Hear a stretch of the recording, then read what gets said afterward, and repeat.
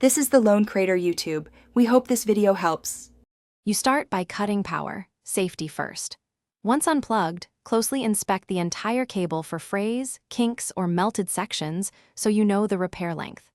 Mark the damaged segment and remove any outer insulation only where needed. This prevents weakening other areas. Make sure to have correctly sized heat shrink tubing and spare wire if the conductor is compromised.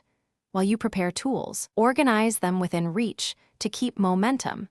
This reduces mistakes during delicate soldering work. Now you remove the damaged section and expose clean conductor ends. Cut conservatively so insulation stays intact on good wire.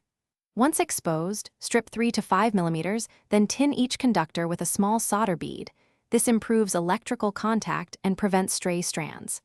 Match and twist like-with-like conductors, then solder each joint cleanly.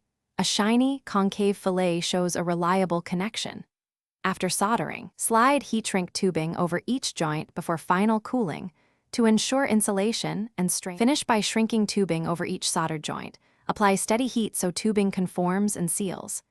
Add an outer sleeve or electrical tape wrapped tight for extra strain relief where the cable meets the plug.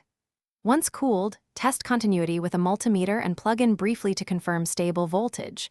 Start with no load, then attach your Mac to verify charging. If you see sparks, intermittent connection, excess heat, or inconsistent readings, stop and replace the cable or charger head. Safety trumps a DIY fix. Thanks for watching. Consider subscribing if we helped you.